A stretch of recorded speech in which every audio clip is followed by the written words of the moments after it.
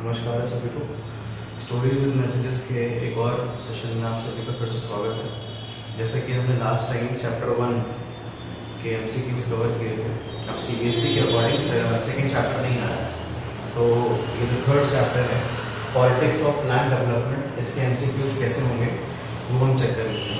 तो सबसे पहले जो पेज नंबर 1 है, तो चैप्टर इस तरीके से स्टार्ट है और ये है इधर वाला, यहाँ पे पोस्टल स्टैम्प्स दे रखे हैं। बुक के हिसाब से पेज नंबर 46 है।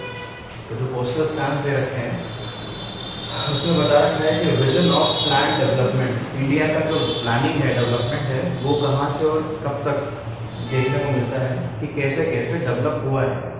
तो 55 से 68 के बीच का एक टर्म लिया गया है। उसमें क्या है, सबसे पहले दामोदर वैली वेस्ट बंगाल और झारखंड के आसपास के इलाके में ये पड़ती है। यहाँ पे थर्मल और हाइडल दोनों पावर मौजूद हैं। ये पोस्टल फॉर्म्स में है, मतलब अगर पोस्टल फॉर्म आता है, क्योंकि CBSE ने सैम्पल पेपर इशू कर दिया है और उसके अकॉर्डिंग पॉलिटिकल साइंस और इकोनॉमिक्स में क्लास 12 बेसिकली बहुत ज़्यादा फोकस किया गया है करंट अफेयर्स पे।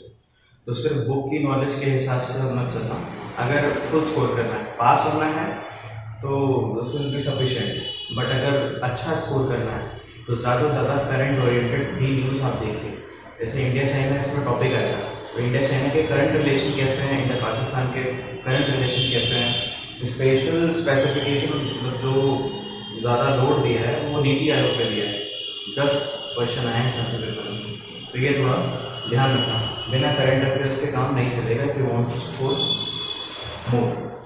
ये दामोदर वैली है। पोस्टल स्टैम्प अगर आता है कार्टून या फिर एक तरीके से पिक्चर फॉर्म में, तो पूछेगा वो क्या है, दामोदर वैली शो कर रहा है, टाइमिंग्स ये हैं, टाइम पीरियड और कहाँ पे पड़ेगा, वेस्ट बंगाल और झारखंड। स्टेट पूछ सकता है आज का। सेकंड है भाखड़ा डैम, हिमाचल प्रदेश, HP हिमाचल प्रदेश।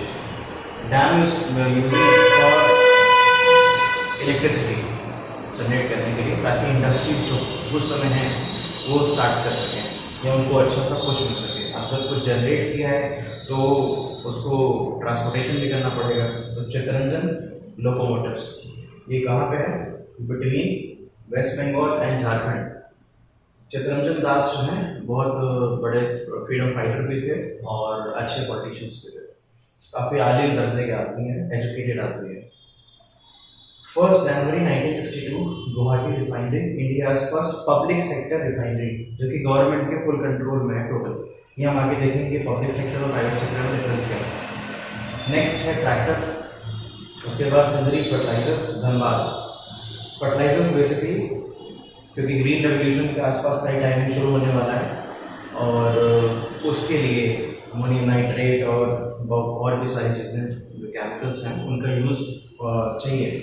धनबाद वही है जहाँ पे गैंग्स और बासठपुर वाला शूट हुआ। अगला है इलेक्ट्रिक ट्रेन भी, जो कि हम बिजली जनरेट कर रहे हैं। नेक्स्ट है व्हीट रेवोल्यूशन, हीराकुंड डैम और हिंदुस्तान एयरक्राफ्ट फैक्ट्री जो भारत में HAL बन जाएगी। क्योंकि अगर टाइम पीरियड देखा जाए तो चाइना से हम निपट चुके हैं और एक तरीके से पाकिस्तान से वॉर होने ही वाला है, तो एयरफोर्स भी अपनी मजबूत करनी है। तो इस वजह से एक बात आया गया है कि vision of plan development India का 1955 से 68 तक ये था इन पोस्टल फॉर्म्स।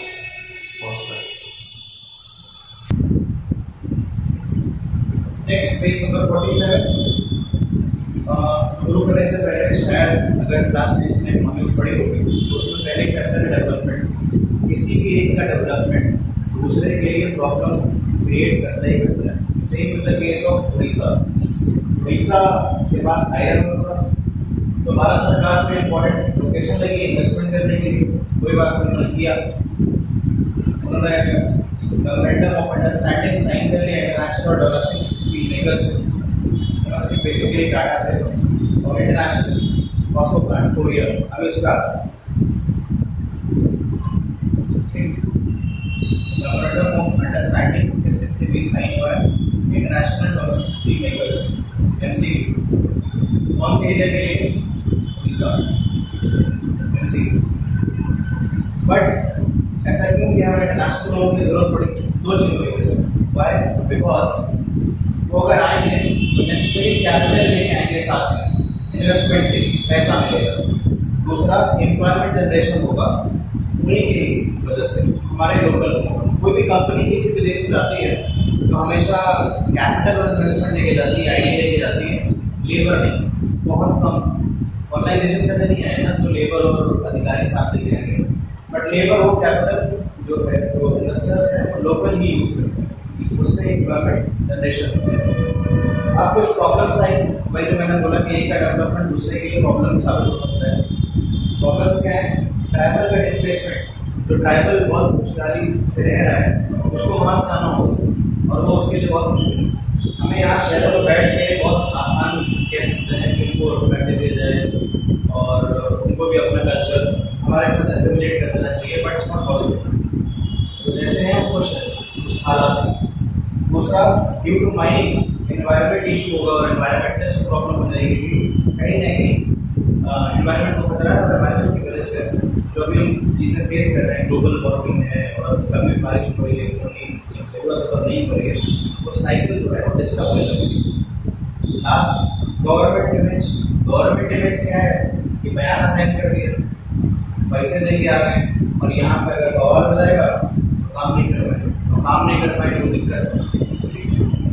तो नेक्स्ट, कौन सी कंपनी से साइन किया है? कोरिया से, ऑस्को नाम है उसका प्लांट, ठीक है, स्टील प्लांट।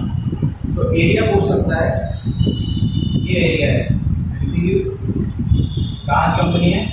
कोरिया की, जगत सिंहपुर विलेज उड़ीसा में है।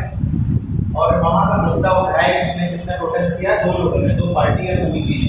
पहली है राष्ट्रीय युवा संगठन MCU, मैच द फॉलोइंग में आ सकता है, और नव निर्माण समिति, ठीक है।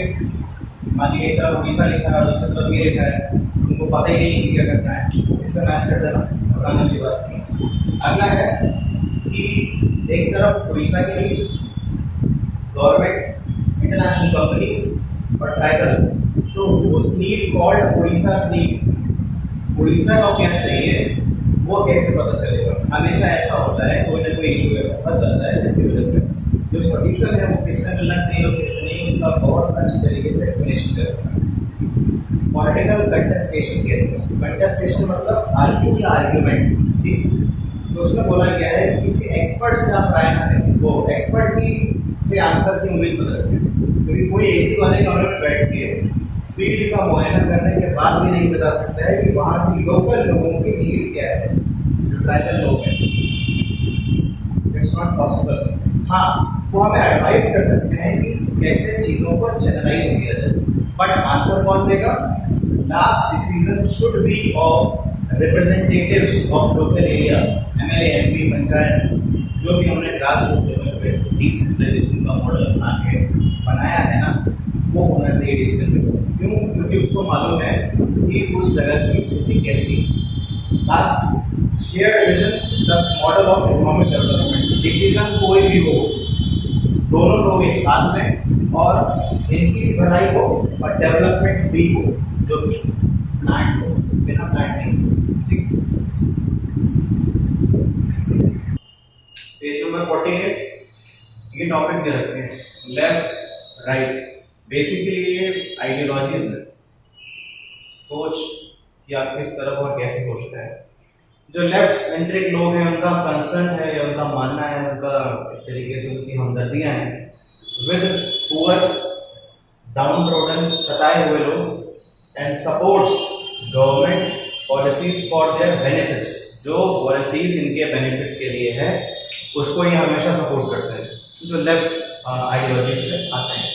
राइट का क्या मानना है? There should be not unnecessary intervention, state खामखा बीच में ना है, और believes in free competition and market economy for progress. इसका एग्जांपल ले सकते हैं जियो। ये आया क्योंकि अच्छा खासा कैपिटल है, तो फ्री की पॉलिसी स्टार्ट हुई, धीरे धीरे आदत हो गई, और उसके बाद सेम चार्जेस वो अभी ले रहे हैं। ठीक है, वो मार्केट स्ट्रैटेजी है, सब कुछ ठीक है, बट इतना स्टार्टिंग में फ्री ना हो जाए कि स्टेट के इंटरवेंशन के बिना काम चलता रहे। इसी वजह से जितना भी बाकी कॉम्पिटिटर्स थे वो चाहते थे कि स्टेट का इंटरवेंशन हो। तो ये 47 के बाद ही समझ में आ गया था, इस वजह से रेगुलेशन अथॉरिटीज बनाई गई। Telecom regulatory authority of India, telecom regulatory authority of India, ये बेसिकली नेटवर्क्स और सिम ये सब इशू करने का इनका ही काम है। जो भी वो 2G स्कैम हुआ था, इन्होंने थोड़ा उनकी देन थी, तो इनके ऊपर ये बैठते हैं जो रूल्स एंड रेगुलेशंस बनाते हैं, ताकि ये लोग इतने फ्री कॉम्पिटिटर ना हो जाए कि बाकी लोग बंद हो जाए। इस वजह से ये फ्री कमोडिटी थोड़े दिन बाद बंद किया गया। बहुत सारा स्टार्ट हो गया। ठीक है, पेज नंबर 48 पे ही ये हेडिंग मिल जाएगी आप लोगों को, आइडियाज ऑफ डेवलपमेंट। क्या सोचा गया था, क्या डिस्कशन हुआ था, कौन सा मॉडल अपनाना है, कौन सा नहीं अपनाना है, क्या करना है, उसका एक बेसिक समझ लेते हैं, फिर उस पर आ जाएंगे। जो कि हमने अभी डिस्कस किया last, once development is others constraint, रुकावट। पता है गंदा लिखा है, मुंह से बोल दिया है, समझ लेना।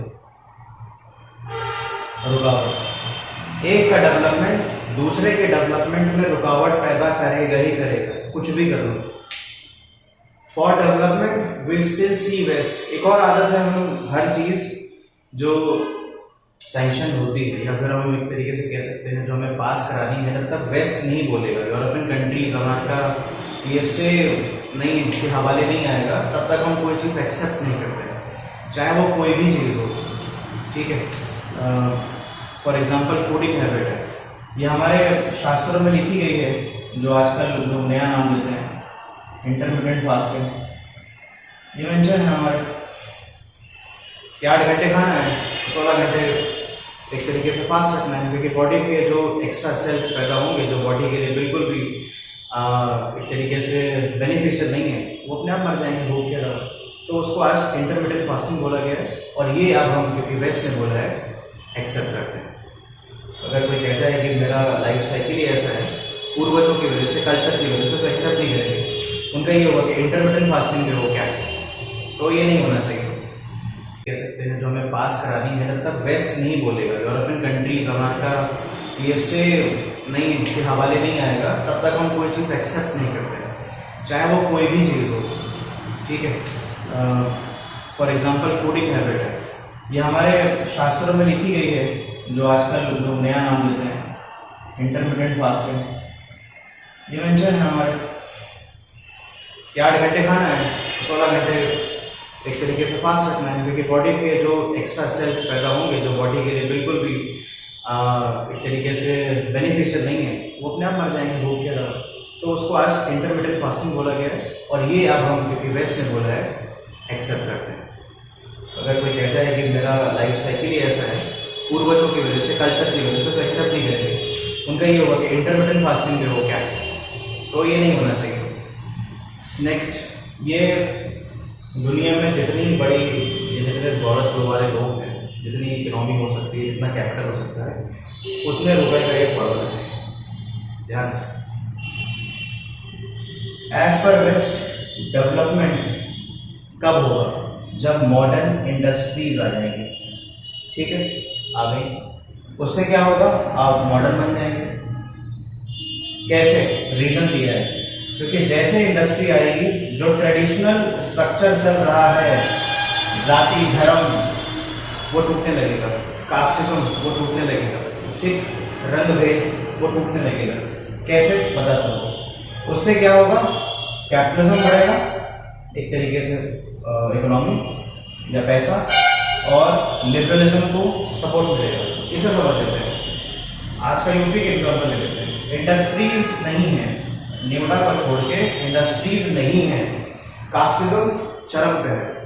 अगर वहाँ पे इंडस्ट्रीज आ जाती हैं, तो चाहे राम हो, चाहे श्याम हो, घनश्याम हो, किसी भी कास्ट के हो, चाहे अब्दुल हो, एक साथ बैठ के काम करेंगे, irrespective of their religion, caste, culture, कुछ भी हो। या भले ही 2 अलग अलग खान साहब हो, एक शिया एक सुन्नी, वो भी साथ बैठ के काम करेंगे। जो धर्म होगा या जो उनकी फीलिंग है, वो फैक्ट्री के बाहर, मॉडर्न इंडस्ट्री के बाहर। उससे क्या होगा? जब काम बढ़ेगा तो कैपिटलिज्म बढ़ेगा। लिबरलिज्म कैसे बढ़ेगा? जो औरतें बहुत सालों तक घर में हैं, घर से बाहर नहीं निकल पा रही हैं, उनको एक तरीके से आज़ादी मिलेगी काम करने की, और वो भी अपना योगदान दे सकेंगी कैपिटलिज्म या फिर मॉडर्न इंडस्ट्री में काम करके, जो कि पहले घरों में हुआ करता था। बहुत लोगों ने ट्रेडिशनली भेजा ही नहीं, जैसे कि हमने पढ़ा भी है, सेकेंड चैप्टर आ नहीं रहा पर उसमें मेंशन है कि जब सर्वे स्टार्ट हुआ कि कौन से घर में कौन लोग रहते हैं, कितने लोग रहते हैं, तो बहुत सारी औरतों के जो नाम हैं वो वाइफ ऑफ और डॉटर ऑफ ऐसे मेंशन किए गए थे, जो कि इस वजह से सर्वे फेल हुआ और हमारा इलेक्शन नहीं हो पाया। 1951 में जाके इलेक्शन हमारा पहला हो पाया। खैर वो चैप्टर आ नहीं रहा है। तो लिबरलिज्म मिलेगा उनको। ट्रेडिशनल स्ट्रक्चर जब तक मॉडर्न इंडस्ट्री नहीं आएगी या इंडस्ट्री नहीं आएगी हैवी लेवल की, तब तक शायद खत्म नहीं होगा। ये एक बेसिक एग्जाम्पल है। और भी स्टेट्स में अलग अलग तरीके से कहीं ना कहीं एविल प्रैक्टिसेस मौजूद है और वो चल रही है। तो इसके अलावा कोई सोल्यूशन नहीं है। Industry becomes you modern, break down. किस चीज़ को ब्रेक डाउन कर रहा है? ट्रेडिशनल स्ट्रक्चर्स को। वो कुछ भी हो सकता है। राइज ऑफ कैपिटलिज्म, जब सब एक साथ आएंगे एक फैक्ट्री में काम करेंगे तो ऑब्वियस सी बात है वहाँ कैपिटल जनरेट होगा। और लिबरलिज्म, जो औरतें हैं वो एक तरीके से अपने काम पे जा सकेंगी और वापसी आने के बाद उनकी भी स्टैंडर्ड वही वैल्यू रहेगी जो एक मर्द काम से आने के बाद उसको वैल्यूशन मिलती है। एक और चीज़ है कि ये फ्री क्यों स्टार्ट किया है, तो इसका रीज़न ये भी है कि कोविड के बाद बहुत सारे लोग या बहुत सारी जो लड़कियाँ हैं वो शायद ही स्कूल जा पाए या शायद ही अपने घर से निकल पाए, क्योंकि अभी भी जो पेरेंट्स हैं उनके में मन में थोड़ा सा सस्पिशियस है, उनको भी अभी टेंशन है कोविड को लेकर। तो मुझे लगा कि बहुत ही कॉस्ट, अगर मैं जियो का एग्जांपल ले लेता हूँ तो मुश्किल से 200 रुपये का 28 दिन का रिचार्ज होता है, और 28 दिन में आपको सिर्फ ट्यूशन की फीस 200 रुपये देनी है। फ्री जिंदगी में कुछ भी नहीं होता, तो ये फीस है आपकी। कोई बात नहीं, घर से नहीं निकल सकते। ऐसे बहुत जगह है, बिहार बाढ़ आई हुई है, बहुत बार कुछ ना कुछ आपदा आ जाती है। कश्मीर है और तो नेट स्लो है थोड़ा सा, और भी बहुत सारे स्टेट्स हैं जो शायद माँ बाप कंसर्न हैं या किसी वजह से ना भेज पाएँ, तो उनके लिए ये चीज़ें उपलब्ध हैं, और सिर्फ उनके जो बेसिक रिचार्ज होता है उस पर। तो फ्री कुछ नहीं है, यही है आप अपना रिचार्ज जो कराते हैं 28 दिन का, वही मेरी फीस है, ताकि आपको एक कॉन्सेप्ट क्लियरिटी मिल सके घर से निकले बिना। और भी बहुत सारे रीजन हो सकते हैं, आज भी बहुत सारे माँ बाप कंसर्न हैं, सिर्फ कोविड नहीं है और भी चीज़ों की वजह से। तो अगर वो घर से नहीं निकल पा रही हैं, बट अगर फ़ोन है, और मेरे ख्याल से फ़ोन हर घर में उपलब्ध है, तो सिर्फ जो उनका रिचार्ज का खर्च है उस पर ही वो चीज़ें मिल सकेगी। तो ये है मेरा मोटिव, और फ्री तो कुछ नहीं। नेक्स्ट, इसके साथ और भी चीज़ें ऐड हो रही हैं। क्या? Idea of growth, material progress और scientific rationality. Ideas of growth कैसे? एग्जाम्पल, पहले एक रामू मान लेते हैं, रामू है, उनके गांव का जो जमींदार है वो ना उस तबके का सोच सकते हैं और ना ही कभी मन में आ सकता है कि यार एक दिन मुझे जमींदार बनना है, तो ग्रोथ नहीं है ना। बट जैसे ही फैक्ट्री में पहुंचते हो, इनको कोई भी तुम्हारा क्या कहते हैं ग्रुप लीडर है, तो तुम्हारा स्टार्टिंग के बाद क्या होता है कि ग्रुप लीडर बनना है। ये आज के ज़माने का है। तब का ले लेते हैं तो ये है कि अगर मेरे साथ कोई, मान लेते वुमेन एग्जाम्पल लेते हैं कि श्यामा और लता दो औरतें हैं, उन्होंने एक साथ कंपनी बनी है, तो ग्रोथ का जो नेचर है वो ऐसे आएगा कि जो श्यामा है वो भी चाहती है कि लता से ज़्यादा काम कर सके ताकि अच्छा कैपिटल जनरेट हो और उसकी ग्रोथ हो।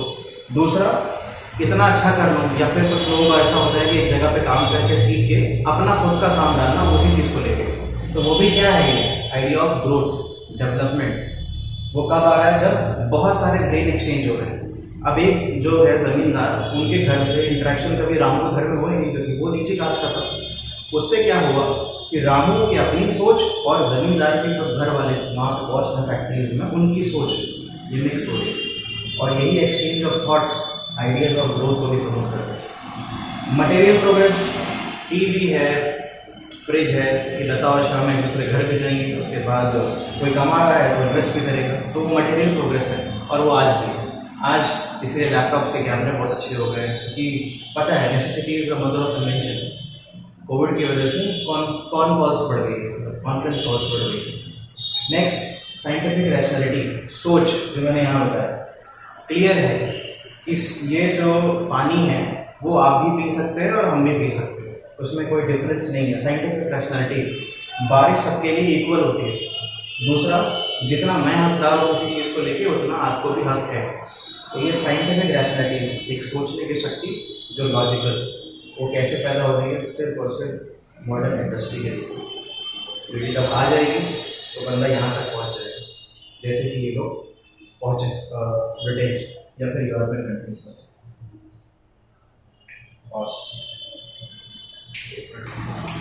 फिर लास्ट है कि जब इंडिपेंडेंस की वह शाम में तो उन्होंने ट्रस्ट जो डेस्टिनी बोला है, तो उस समय डिसाइड हुआ कि यार सोशलिस्ट मॉडल भी अपनाना पड़ेगा। मिक्स इकोनॉमी है हमारी, हमको पता है, सोशलिस्ट मॉडल भी इसलिए अपनाना पड़ेगा क्योंकि बहुत सारी ज़मीन जो है ज़मींदारों के पास है, बहुत लोगों के पास ज़मीनें नहीं है, तो रीडिस्ट्रीब्यूशन कराना था। उसके बाद पॉवर्टी एलिवेशन करना था, गरीबी मिटाई जा सके, और वो ऐसे मिटाई जा सके कि जब हम किसी को खाने के लिए कुछ दे पाएंगे, बेसिकली लैंड दे पाएंगे, ताकि वो अपना गुजर बसर कर सके। और ये सीपीआई जो कि लेफ्ट, जो ज़्यादा पुअर और डाउन रोडन के लिए कंसर्न रहते हैं, उनको भी अच्छा लगा। सेम सोशलिस्ट पार्टी इन्फ्लुएंस है ये लोग।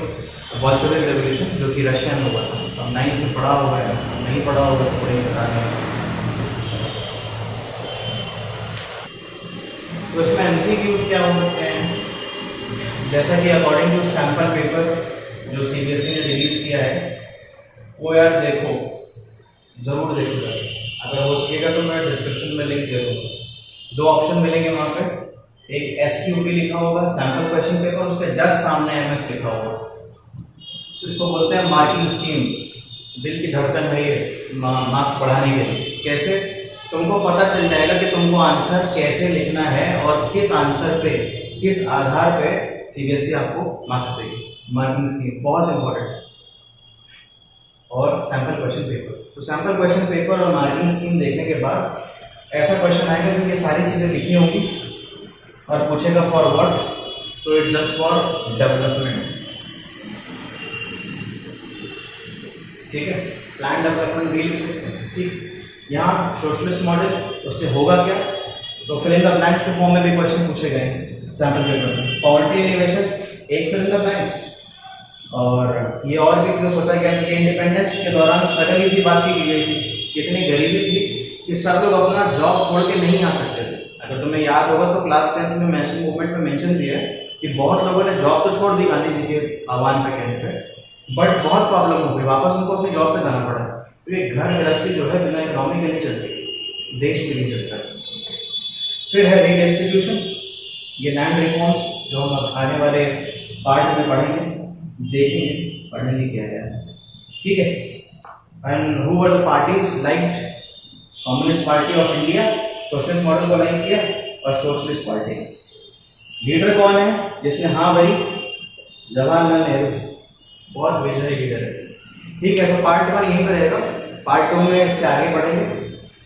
तो आज के एमसीक्यू ये जरूर देख लेना, sample question paper, marking scheme हर एक सब्जेक्ट की अवेलेबल है।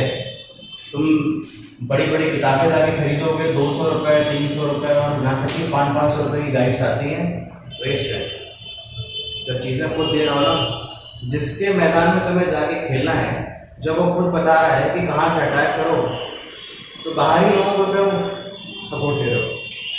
ठीक है, बाकी मर्जी आप ले सकते हैं, मैं कोई वो नहीं कह रहा हूँ, मतलब लो आराम से, बट इसको मिस मत करना। सारा खेल यहीं पे है और हम डिस्कस करेंगे इससे, टेंशन की जरूरत नहीं है। ठीक है, आज का इतना ही रखते हैं।